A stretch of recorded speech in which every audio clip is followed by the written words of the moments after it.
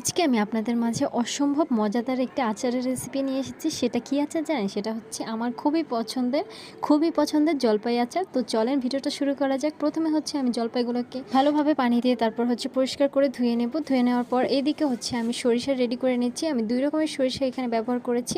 অর্ধেক পরিমাণ সাদা আর অর্ধেক হচ্ছে কালো। আর তার সাথে হচ্ছে আমি কয়েকটা রসুনের কোয়া দিয়ে ভালোভাবে সুন্দরভাবে ব্লেন্ডার করে নিব।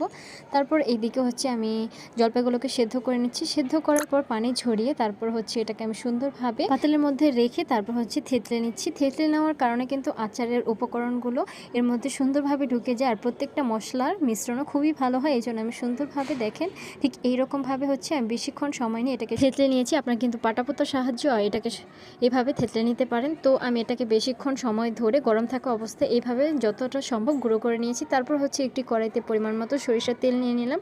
তারপর হচ্ছে এর মধ্যে সরিষা বাটার যে পেস্টটা বানিয়েছিলাম সেটা দিয়ে দিলাম। এটা কিছুক্ষণ ভেজে নেওয়ার পর যখন একটু বলক চলে আসবে তখন এর মধ্যে হচ্ছে হলুদ মরিচের গুঁড়ো দিয়ে দেবো। দিয়ে কিছুক্ষণ কষিয়ে নেওয়ার পর হচ্ছে থেতলে রাখা যে জলপাইগুলো ছিল সেটা এর মধ্যে ঢেলে দিব। অনবরত নাড়াচাড়া করতে হবে যাতে মশলাগুলোর সাথে জলপাইগুলো সুন্দরভাবে মিক্স হয়ে যায়।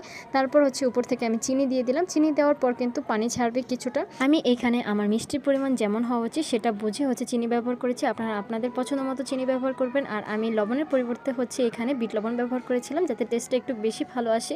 তো এটা অনবরত নাড়াচাড়া করতে করতে ঠিক এইরকম একটা কালার চলে আসবে। যতক্ষণ আপনি নাড়াচাড়া করে এটাকে শুকিয়ে ফেলবেন তত খেতে ভালো লাগবে। তো পরের দিন সকালে হচ্ছে আমি এটাকে আরও শুকিয়ে নেওয়ার পর হচ্ছে এর মধ্যে পাঁচফোড়নের গুঁড়া আর হচ্ছে চিলি ফ্লেক্স এর মধ্যে দিয়ে দিলাম। এটা দিয়ে এখন হচ্ছে কিছুক্ষণ নাড়াচাড়া করতে হবে যতক্ষণ পর্যন্ত না তেলটা এইভাবে উপরে উঠে যায় আর আচারগুলো একদম শুকিয়ে আসে। তো এইভাবে করার পর কিন্তু আমার রান্নাটা আচার তৈরি করাটা একদমই শেষ। যখন এটা ঠান্ডা হয়ে আসবে তখন আমি আমার পছন্দ অনুযায়ী শেপ দিয়ে নিয়েছি।